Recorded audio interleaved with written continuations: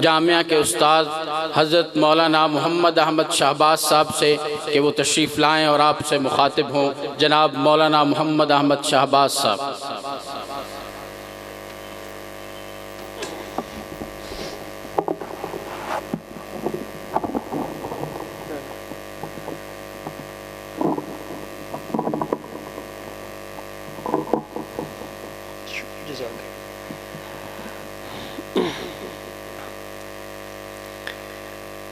نحمده ونصلي ونسلم على رسوله الكريم اما بعد اعوذ باللہ من الشیطان الرجیم بسم اللہ الرحمن الرحیم انا نحن نزلنا الذکر وانا له لحافظون وقال النبی صلی اللہ علیہ وسلم خیرکم من تعلم القرآن وعلمہ او کما قال علیہ الصلاة والسلام۔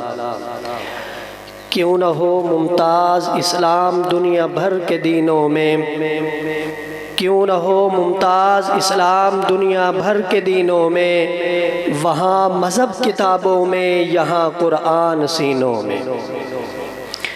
میرے واجب الاحترام قابل سب تکریم معزز و محترم اساتذہ کرام اور قابل قدر برادران اسلام، آج جامعہ حنفیہ مدنیہ کے سالانہ اجتماع میں آپ حضرات سے مخاطب ہونا میرے لیے بہت بڑا اعزاز ہے۔ جامعہ کے بانی شیخ التفسیر والحدیث شہید فی سبیل اللہ حضرت مولانا قاری محمد اسماعیل صاحب نور اللہ مرقدہ کا فیضان نظر ہے کہ مجھے آپ سے مخاطب ہونے کا شرف مل رہا ہے، ورنہ من آنم کہ من دانم۔ حضرات محترم، میری تقریر کا عنوان ہے دینی مدارس کی اہمیت۔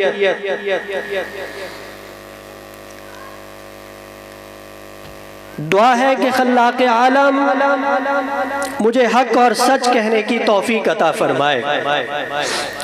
بڑے سے بڑا مفکر، بڑے سے بڑا محقق، بڑے سے بڑا دانشور یہ بات کہنے پہ مجبور ہے کہ دینی مدارس اسلام کے قلعے ہیں، اسلام کی تعلیمات کے رکھوالے دینی مدارس ہیں، اسلام کے نظریات کے رکھوالے دینی مدارس ہیں، اسلام کی تبلیغ کے رکھوالے دینی مدارس ہیں، اسلام کی دعوت کے رکھوالے دینی مدارس ہیں، بلکہ اسلام کی سچی سچی کتاب قرآن کے رکھوالے دینی مدارس ہیں۔ مسلمانوں کے سینوں میں ایمان کے رکھوالے بھی دینی مدارس ہیں، اور یہ بات اٹل حقیقت ہے،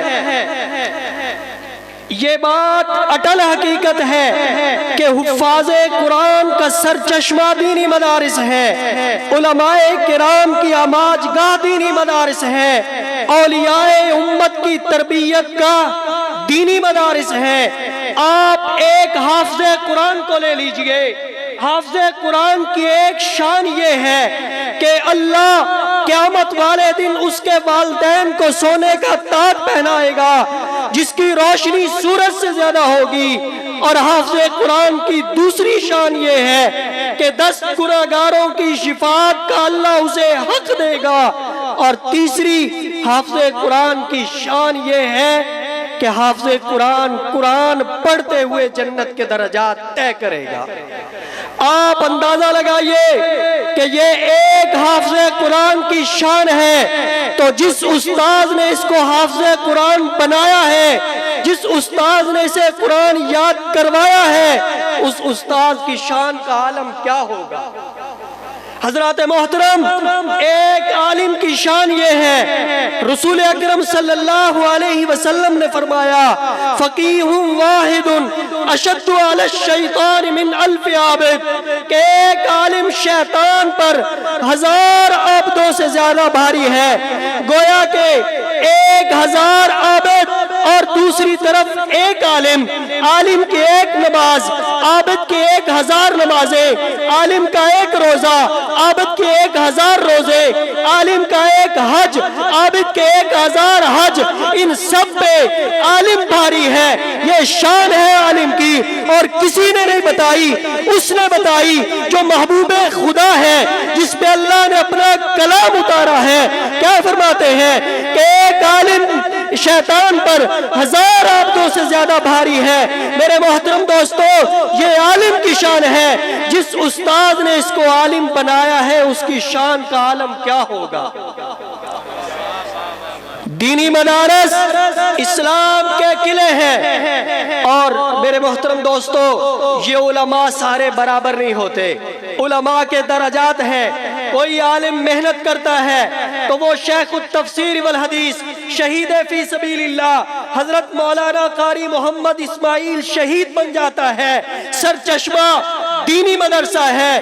کوئی عالم حکیم الامت مولانا اشرف علی تھانوی بن جاتا ہے، عزت کا سر چشمہ دینی مدرسہ ہے۔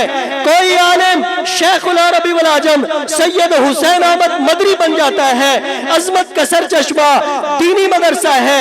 کوئی عالم شیخ الہند مولانا محمود الحسن بن جاتا ہے، عظمت کا سر چشمہ دینی مدرسہ ہے۔ میرے محترم دوستو، کوئی عالم مبلغ اسلام مولانا الیاس دہلوی بن جاتا ہے، فیض کا سر چشمہ دینی مدرسہ ہے۔ نانا میرے محترم دوستو، شاہ ولی اللہ محدث دہلوی رحمت اللہ علیہ کا علم مدرسے کا مرہون منت ہے، مجدد الفسانی کا تقوی مدرسے کا مرہون منت ہے، اور محبوب ربانی قطب سبحانی شیخ عبدالقادر جیلانی کی ولایت مدرسے کی مرہون منت ہے۔ تو پھر مجھے کہنے دو ولیوں کی ولایت کے وارث مدارس ہیں، ائمہ کی امامت کے وارث مدارس ہیں، صحابہ کی صحابیت کے وارث مدارس ہیں، نبیوں کی نبوت کے وارث مدارس ہیں، حتیٰ کہ کالی کمری والی کے ختم نبوت کے وارث بھی مدارس ہیں۔